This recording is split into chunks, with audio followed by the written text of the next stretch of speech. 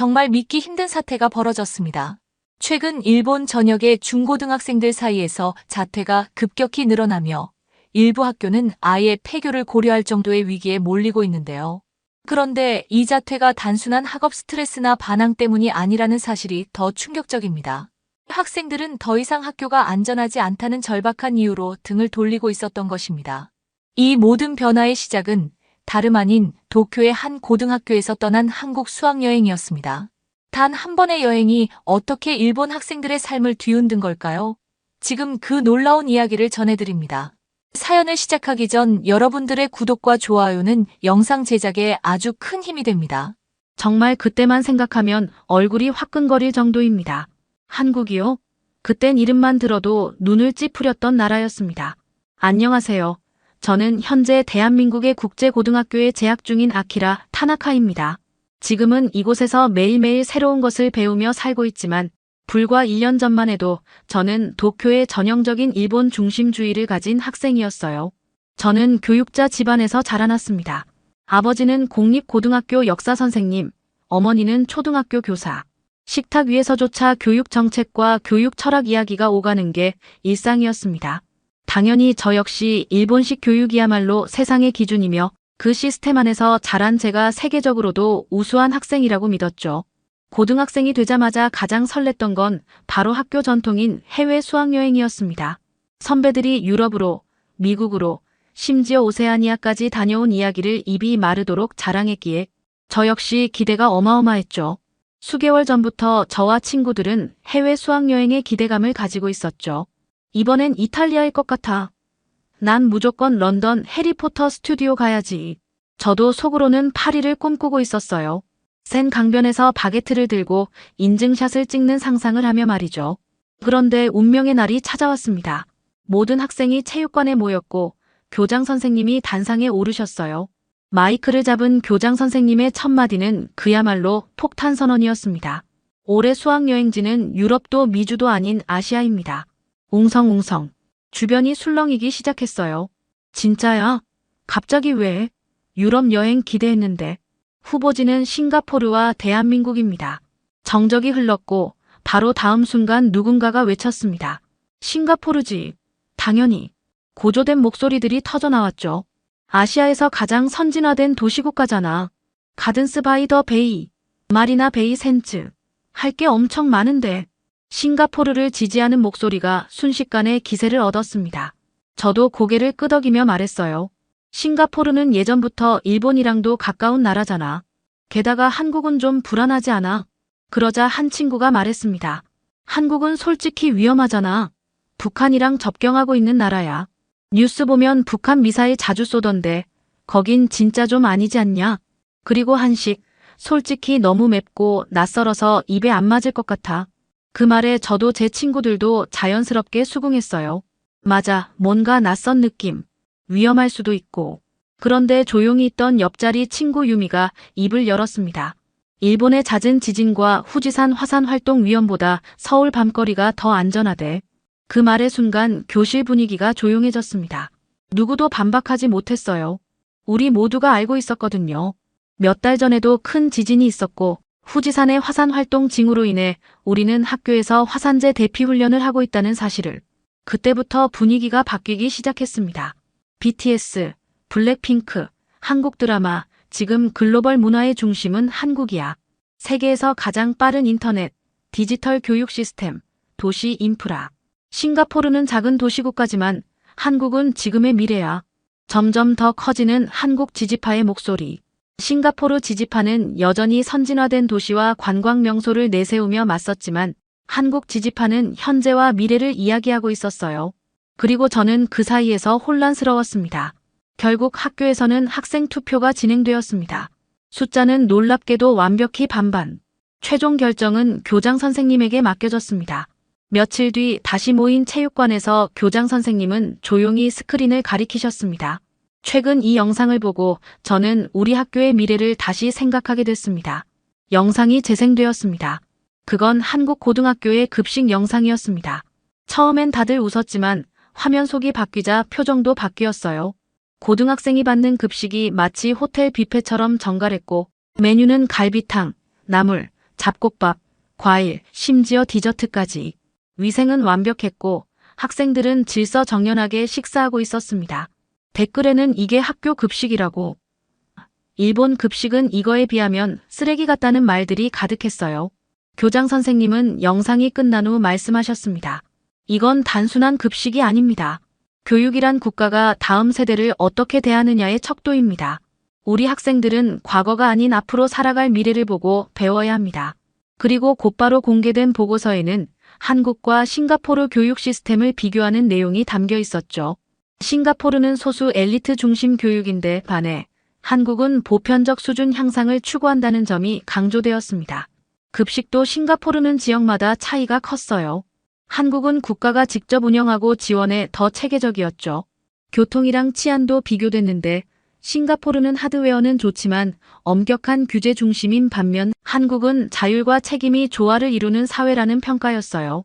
무엇보다 인상 깊었던 건 싱가포르 문화는 다양한 문화의 혼합체인 반면 한국은 K컬처 덕분에 전 세계적으로 독자적인 영향력을 키우고 있다는 점이었어요. 모든 지표에서 한국이 앞서 있었습니다. 결국 수학여행지는 대한민국으로 확정되었습니다. 하지만 그 순간 제 마음은 복잡했어요. 나는 싱가포르 가고 싶었는데 분단국가 솔직히 겁나는데 정말 괜찮은 걸까? 그때는 몰랐습니다. 그 여행이 제 인생 전체를 뒤바꿀 운명의 전환점이 될 줄은요. 비행기가 이륙하는 순간 제 심장은 계속 쿵쾅거렸습니다. 정말 괜찮은 걸까? 잘못된 선택은 아닐까? 창밖으로 멀어지는 도쿄의 스카이라인을 보면서도 마음은 어지러웠어요. 머릿속엔 온갖 뉴스 헤드라인이 맴돌았습니다. 북한 미사일 발사, 한반도 긴장 고조, 분단 국가, 군사 충돌 가능성. 솔직히 저는 한국이라는 나라를 잘 몰랐습니다. 학교에서도 집에서도 한국에 대한 이야기를 들어본 적은 거의 없었고 그나마 접했던 건 NHK 뉴스에 간간히 나오는 북한 관련 보도 혹은 친구들이 말하던 BTS와 블랙핑크 같은 스타들 정도였습니다. 그래서 저에게 한국은 갑자기 떠밀려가게 된 낯선 나라, 그 이상도 이하도 아니었죠. 하지만 그 모든 생각은 비행기 문이 열리고 한국 땅을 밟는 순간부터 차례차례 깨지기 시작했습니다. 인천국제공항에 도착하자마자 놀라움을 감출 수 없었습니다. 세상에, 이게 공항이라고요? 제가 알던 나리타 공항과는 완전히 달랐습니다. 너무 조용하고 너무 깨끗했어요. 공항 내부의 공기는 쾌적했고 바닥엔 쓰레기 하나 없이 반짝반짝 윤이 나고 있었습니다. 직원들은 모두 단정한 복장을 하고 있었고 우리를 향해 정중하게 인사하며 유창한 일본어로 안내를 해주었습니다. 특히 놀라웠던 건 자동 입국 심사 시스템. 지문을 찍고 얼굴을 인식하자마자 몇 초 만에 입국 수속이 끝났습니다. 일본에서는 입국 심사줄만 서도 30분 넘게 걸리는데 말이죠. 그리고 대기 공간 곳곳에선 로봇 안내원이 돌아다니며 분실물 센터, 화장실 위치, 교통편 등을 척척 알려주는 모습에 입이 다물어지지 않았습니다. 이게 진짜 분단국가라고. 속으로 그렇게 중얼거렸던 기억이 나요. 게다가 공항 전체에 무료 와이파이가 빵빵하게 터졌고 속도는 상상 이상이었습니다. 우리 집보다 빠른데? 나 지금 영상 스트리밍 보고 있어. 영상 속도 뭐야? 같이 간 친구들이 스마트폰을 만지며 웃고 떠들기 시작했고 그제서야 긴장이 조금 풀리기 시작했습니다. 공항 리무진 버스를 타고 서울 시내로 이동하면서 창밖 풍경을 보는 제 눈은 점점 더 커졌습니다. 도로는 넓고 차량은 규칙적으로 움직이고 있었고 건물 외벽은 깔끔하게 정돈되어 있었어요. 특히 지하철 입구마다 엘리베이터와 에스컬레이터가 있고 거리 곳곳에는 QR코드 안내판과 공공 와이파이 존이 잘 구축되어 있었죠. 여기가 내가 그토록 걱정했던 나라가 맞나? 첫날부터 한국은 놀라움의 연속이었습니다. 수학여행 본격적인 일정이 시작되었고 우리는 경복궁 전통문화 체험을 하러 갔습니다. 한복을 입는다는 말에 솔직히 처음엔 시큰둥했어요. 옛날 옷 입고 사진 몇 장 찍는 게 뭐 대단한 체험이라고. 하지만 그건 제가 몰랐기 때문이었습니다. 한복을 입고 경복궁을 걷는 경험은 단순한 옷 입기 체험이 아니었습니다. 거울 앞에 선 순간 저는 숨을 멈췄습니다. 와, 이 옷 색감이며 자수 하나하나 너무 곱잖아. 긴 치맛자락이 바람에 흩날리고 색의 고운 비단이 햇빛을 반사하던 그 순간 제 자신이 마치 한국 사극 드라마 속 주인공이 된 듯한 느낌이었어요. 사진을 찍고 걷다 보니 외국인 관광객들도 모두 한복을 입고 있었습니다. 미국인, 독일인, 브라질에서 왔다는 사람들까지 그들은 하나같이 말했습니다. 한국 전통 의상 너무 아름다워요. 이건 단순한 체험이 아니라 문화예술이에요. 그 말을 들은 순간 제 가슴 어딘가가 찌릿했습니다. 이 나라에 대해 너무 양만 알고 있었구나. 저는 점점 한국에 빠져들고 있었죠. 그날 저녁 우리는 광장시장과 야시장 투어를 하게 되었어요. 떡볶이, 어묵 빈대떡, 호떡, 꽈배기. 이게 진짜 길거리 음식이라고요? 모든 음식이 위생적으로 잘 관리되고 있었고 맛은 레스토랑에서 먹은 것보다 더 감동적이었습니다. 특히 기억에 남는 건 어느 포장마차에서 만난 할머니였습니다. 제가 떡볶이를 한 입 먹고 살짝 매워하자 그분이 웃으며 말씀하셨어요. 일본 학생이네. 음식은 입에 맞니? 매우면 이거 먹어봐. 할머니가 주는 서비스야. 그리고 따뜻한 호떡을 하나 건네주셨습니다. 그 순간 저는 처음으로 한국의 정이라는 것을 체감했습니다. 가족도 친구도 아닌 타국의 어르신이 단순히 외국에서 왔다는 이유로 미소와 온기를 나누는 나라. 그게 한국이었습니다. 그리고 진짜 충격은 그날 밤이었습니다. 우리는 숙소 근처를 조별로 자유 산책하는 시간이 있었는데 밤 10시가 넘은 시각에도 거리는 여전히 밝고 사람들로 북적였으며 서울의 밤은 정말 아름다웠습니다. 네온사인과 가로등이 만들어낸 빛의 향연, 활기찬 사람들의 움직임. 특히 혼자 걷는 여성들이 많다는 것이 인상적이었습니다. 세상에 이 밤에 혼자 돌아다닌다니. 일본에선 꿈도 못 꾸지. 일본 같았으면 절대 안 돼. 여잔 어두워지면 혼자 못 다녀. 근데 여긴 진짜 평화롭네. 모든 것이 너무나도 안전했습니다. 북한 뉴스만 보고 한국이 무섭다고 생각했는데 진짜 무서운 건 매일 지진에 불안해하며 살아가는 우리 일본이었어. 그때부터였습니다. 제 안에서 무언가가 강하게 흔들리기 시작했죠. 서울에서의 일정 중 가장 특별했던 하루, 우리는 한국의 명문 특목고를 방문하게 되었습니다. 아침부터 저는 묘한 긴장감에 휩싸였어요. 저와 같은 또래의 한국 학생들을 만나는 게 흔한 일은 아니었으니까요. 한국 학생들이 공부를 정말 열심히 한다던데 그게 과연 얼마나 대단하다는 거지. 솔직히 조금 기대 반, 의심 반 마음도 있었습니다. 학교에 도착하자 정문에서부터 정중한 인사를 건네는 교복 입은 학생들이 저희를 맞이했습니다. 반가워. 또박또박한 발음, 정확한 억양 같은 또래로서 외국어를 유창하게 구사하는 친구들이 놀라웠습니다. 다들 일본어를 왜 이렇게 잘해? 제 친구가 속삭이자 저도 모르게 조용히 고개를 끄덕였습니다. 그러게 말이야. 거의 원어민 수준이야. 학교 건물은 깔끔했고 벽면엔 학생들이 만든 프로젝트 포스터가 전시되어 있었으며 복도를 걷다 문득 고개를 돌린 순간 저는 말 그대로 충격을 받았습니다. 복도의 유리장 안에는 국제 수학 올림피아드, 아시아 과학 경시 대회, 국제 AI 챌린지 등 각종 경시 대회에서 받은 트로피와 금메달, 상장이 빽빽하게 진열되어 있었던 겁니다. 금색과 은색이 번쩍이는 트로피들, 그 아래에 적힌 학생들의 이름과 성과들. 이걸 고등학생들이 받은 거야? 제 입에서 저도 모르게 감탄이 터졌습니다. 그 순간 옆에 있던 한국 학생이 말했습니다. 저건 작년 선배들이 받은 상들이야. 올해도 준비 중이지. 마치 별일 아닌 듯 말하는 표정. 하지만 저에겐 그것이 완전히 다른 세계처럼 느껴졌습니다. 우리 학교에 전시된 건 야구 우승 트로피 하나가 전부인데 그 감탄은 교실에 들어간 수업에서 절정에 다다르게 됐습니다. 우리가 참관한 교과는 수학. 교실 안은 정갈하게 정리되어 있었고 모두 집중해서 수업에 몰입하고 있었습니다. 수업은 학생이 직접 칠판에 나와 문제를 풀고 풀이 과정을 설명하는 방식으로 진행되고 있었어요. 자, 여기 함수에서 x와 y의 해를 구해볼까요? 학생이 자연스럽게 보드를 향해 걸어갔고 또박또박 설명을 시작했습니다. 먼저 x를 구하면 마이너스가 됩니다. 이걸 0으로 놓고 해를 찾으면 그 순간 저는 친구에게 속삭였습니다. 지금 배우는 게 뭐야? 미적분일래? 저 칠판에 쓰인 글씨들 지렁이로밖에 안 보여. 이걸 고등학생이 배운다는 게 말이 안 돼. 헉, 그건 우리 일본에선 대학 2학년 때 하는 거잖아.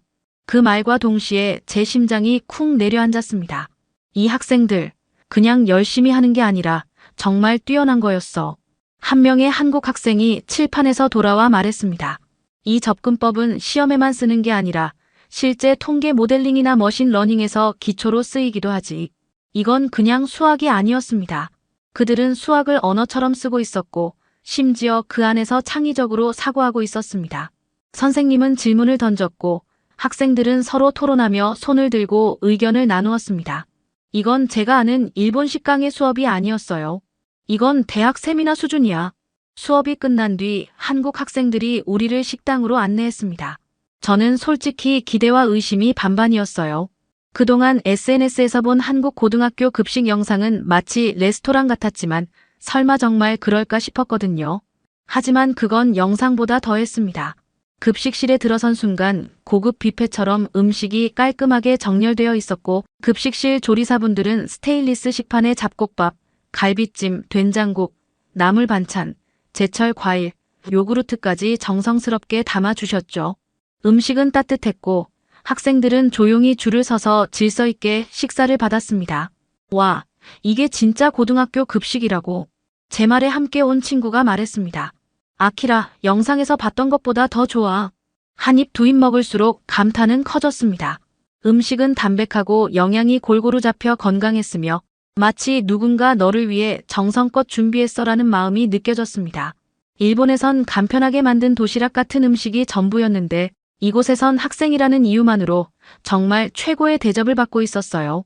그 순간 전날 교장 선생님이 보여주셨던 그 한국 급식 유튜브 영상이 머릿속에 떠올랐습니다. 하지만 지금 현실은 영상보다 더 감동적이었습니다.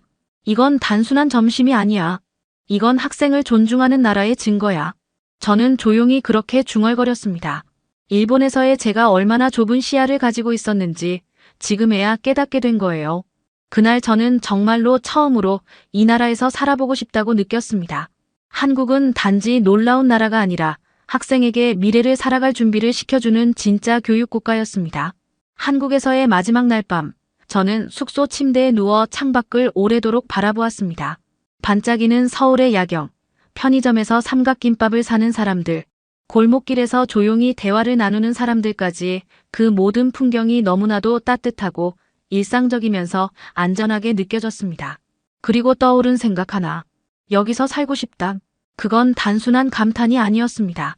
이곳에서 보낸 시간 동안 저는 안전한 거리, 따뜻한 사람들, 그리고 학생을 사람답게 대우하는 교육을 경험했습니다. 하지만 이 여정은 언젠가 끝나야만 했습니다. 귀국 비행기에 몸을 실었을 때 제 마음은 이미 무겁게 가라앉아 있었어요. 비행기가 나리타에 가까워질수록 그리웠던 가족이 반갑기보단 낯설게 느껴졌습니다. 다시 시작된 학교 생활. 처음으로 맞이한 점심시간. 트레이 위에 놓인 평범한 도시락과 음료수. 그리고 영양이라기보단 생존에 가까웠던 그 한 끼를 마주하며 저는 한국과 비교하게 되면서 말을 잃었습니다. 이젠 못 먹겠다. 한국에서 먹은 갈비찜, 잡곡밥, 정갈한 나물 반찬들이 머릿속에 스쳐 지나갔어요. 그뿐만이 아니었습니다. 오래된 학교 건물과 느린 와이파이, 그리고 지진과 후지산 화산 활동에 대비한 비상훈련이 주기적으로 실시되는 현실. 그리고 가장 충격적인 순간은 수업 도중 학교 전체에 재난 경보가 울렸습니다. 긴급 재난 경보입니다. 이것은 훈련입니다. 교실 문을 잠그고 책상 아래로 들어가세요. 불 꺼진 교실, 책상 아래에서 숨죽이며 앉아있던 시간. 그때 떠올랐던 건 밤 11시에 혼자 편의점에서 컵라면을 사던 한국의 모습이었습니다. 한국이 위험하다고 생각했었지. 하지만 진짜 무서운 건 바로 지금 이 현실이야. 그날 밤 저는 부모님과 진지한 대화를 나누었습니다. 아버지, 어머니, 저 한국에서 유학하고 싶어요. 부모님은 놀라셨습니다. 갑자기 왜? 아직 고등학생인데 외국에서 혼자 살아가는 건 쉬운 일이 아니야. 하지만 저는 조용히 또박또박 말했습니다. 한국에서 배운 건 단지 수학 공식이나 역사적 지식이 아니에요. 사람을 대하는 태도, 사회의 질서, 그리고 학생을 다음 세대의 주인공으로 생각하는 문화였어요. 미래를 살아갈 준비를 정말 미래에 있는 나라에서 하고 싶어요. 저는 계속해서 설명했습니다. 일본에선 매일 지진 뉴스와 후지산 화산 활동 경보에 불안하게 살아요. 작년 큰 지진이 났을 때 우리 학교는 대피소로 변했잖아요. 동급생 하루코네 집은 아직도 복구 중이고요. 한국에선 그런 자연재해의 공포 없이 미래를 준비할 수 있어요. 부모님은 잠시 침묵하셨습니다. 특히 아버지는 생각에 잠기신 듯 했어요. 정말 그렇게 느꼈니? 한국이 그만큼 안전하고 교육적이라고. 저는 확신을 담아 대답했습니다. 네, 그곳에서는 학생들이 외부 위협에 대한 걱정 없이 온전히 배움과 성장에 집중할 수 있어요. 그리고 어쩌면 저희 집안이 교육자인 만큼 제가 양국의 교육 시스템을 직접 경험하는 것도 의미 있는 일이 될 수 있지 않을까요? 교육자로서 그 말에 아버지의 표정이 변했습니다. 어머니도 조금씩 생각이 바뀌는 듯 했어요. 이틀 뒤, 아버지는 교육 관련 서적을 한 권 들고 오셨습니다. 한국의 교육 혁신에 관한 책이었어요. 아키라, 내 말을 듣고 나서 조사해봤다. 사실 한국의 교육 시스템은 최근 몇 년간 큰 변화가 있었더구나. 특히 안전과 학생 복지 측면에서. 그리고 어머니도 말씀하셨습니다. 지난밤에 생각해봤는데 내가 다른 문화를 경험하는 것도 나쁘지 않을 것 같아. 특히 우리가 걱정했던 것보다 훨씬 안전한 환경이라면. 이틀간의 논의 끝에 부모님은 제 결심을 존중해 주셨고 저는 고등학교를 자퇴하고 한국의 국제고등학교로 유학을 준비하게 되었습니다. 비자 발급, 서류 준비, 인터뷰, 시험. 하나하나 쉬운 건 없었지만 그 모든 과정은 진짜 내가 원하는 삶으로 가는 길이었기에 기꺼이 감수할 수 있었습니다. 그리고 지금 저는 한국의 국제고등학교에서 유학 생활을 시작했습니다. 아직 한국어는 완벽하지 않지만 친절한 친구들 덕분에 매일 웃고 있고 수업마다 놀라움을 느끼며 공부하고 있습니다. 새 학교에서의 첫날은 긴장과 설렘이 뒤섞인 하루였습니다. 한국 친구들은 제가 예상했던 것보다 훨씬 더 따뜻하게 저를 맞아주었고 선생님들은 제가 적응할 수 있도록 세심하게 배려해 주셨죠. 첫 번째 수업은 수학이었습니다. 그날 배운 내용은 미적분학의 기초였는데 선생님은 추상적인 개념을 실생활에 연결시키는 방식으로 가르치셨어요. 한국의 교육 방식은 단순히 암기하고 풀이하는 것을 넘어 왜 그런지 이해하고 응용하는 데 초점이 맞춰져 있었습니다. 점심시간이 되자 친구들이 제게 말했습니다. 아키라, 오늘 급식 메뉴는 불고기야. 작년에 일본 학생들이 가장 좋아했대. 급식실에 들어서니 예상대로 정갈하게 차려진 식사가 기다리고 있었고 알록달록한 반찬들 속에서 진한 향이 풍기는 불고기가 눈에 들어왔습니다. 우와, 진짜 맛있다. 입안 가득 퍼지는 달콤하고 짭짤한 맛에 저도 모르게 환호성이 나왔습니다. 옆에 앉은 친구가 웃으며 말했어요. 내일은 삼계탕이야. 그것도 완전 대박이지. 수업이 끝난 후에는 동아리 활동 시간. 저는 고민 끝에 로봇공학 동아리에 가입했습니다. 일본에서도 관심이 있었지만 시설이 부족해 제대로 배울 수 없었거든요. 동아리실에 들어서자 최신식 3D 프린터와 로봇 키트들이 줄지어 있었고 학생들은 각자의 프로젝트에 열중하고 있었습니다. 안녕, 너 새로운 일본 학생이지? 로봇에 관심 있어? 동아리 회장이라는 학생이 친절하게 다가왔습니다.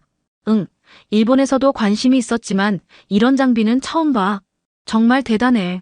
회장은 자랑스럽게 설명했습니다. 우리 동아리는 작년에 전국대회에서 우승했어. 이번 학기 프로젝트는 재난 구조용 드론을 만드는 거야. 지진이나 화산 폭발 같은 재해 현장에서 사람을 찾아내는. 그 말에 제 가슴이 뛰었습니다. 이것이야말로 제가 찾던 교육이었습니다. 단순히 배우는 것이 아니라 세상에 기여할 수 있는 무언가를 만들어내는 교육. 그날 밤 기숙사방에서 창밖을 바라보며 일기를 썼습니다. 오늘은 한국에서의 첫 학교 생활이 시작된 날. 아직 모든 게 낯설지만 이곳에서 느끼는 안전함과 가능성은 일본에서 느꼈던 것과는 비교할 수 없을 만큼 크다. 매일 지진과 화산 폭발의 두려움 없이 오로지 배움과 성장에만 집중할 수 있는 이 환경이 너무나 감사하다. 로봇공학 동아리에서는 실제로 재난 구조용 드론을 만들고 있다. 어쩌면 이 기술이 언젠가 일본의 자연재해 현장에서도 사용될 수 있지 않을까? 그렇게 된다면 내가 한국에서 배운 것으로 일본을 돕는 셈이 되는 거니까. 이건 단순한 여행이 아니었어요. 제 인생을 바꾼 진짜 전환점이었습니다. 지금 저는 한국이라는 새로운 땅에서 살아가고 있습니다. 처음 이곳에 발을 들였을 땐 두려움과 설렘이 뒤섞여 있었지만 이제는 그 모든 감정이 감사와 사랑으로 바뀌었습니다. 앞으로 이곳에서 어떤 미래가 펼쳐질지는 아직 알 수 없습니다. 하지만 한 가지는 분명해요. 저는 한국과 일본, 두 나라를 잇는 다리 같은 사람이 되고 싶습니다. 한국의 문화와 교육을 이해하고 그것을 일본에 연결하며 그 안에서 더 넓은 세상을 향해 나아가는 사람이요. 무엇보다 제가 한국에서 느낀 안전함, 그 소중한 가치를 언젠가는 일본의 학생들도 누릴 수 있기를 바랍니다. 지진과 화산의 위협 없이 오직 미래를 향한 꿈만 꿀 수 있는 그런 교육 환경을, 어쩌면 저의 이 작은 도전이 미래 세대에게 더 나은 세상을 만들어주는 첫걸음이 될지도 모릅니다. 오늘 들으신 사연 어떠셨나요? 오늘의 이야기가 마음에 와닿았다면 따뜻한 격려의 댓글 부탁드립니다. 다음에도 더욱 흥미로운 이야기로 찾아뵙겠습니다. 감사합니다.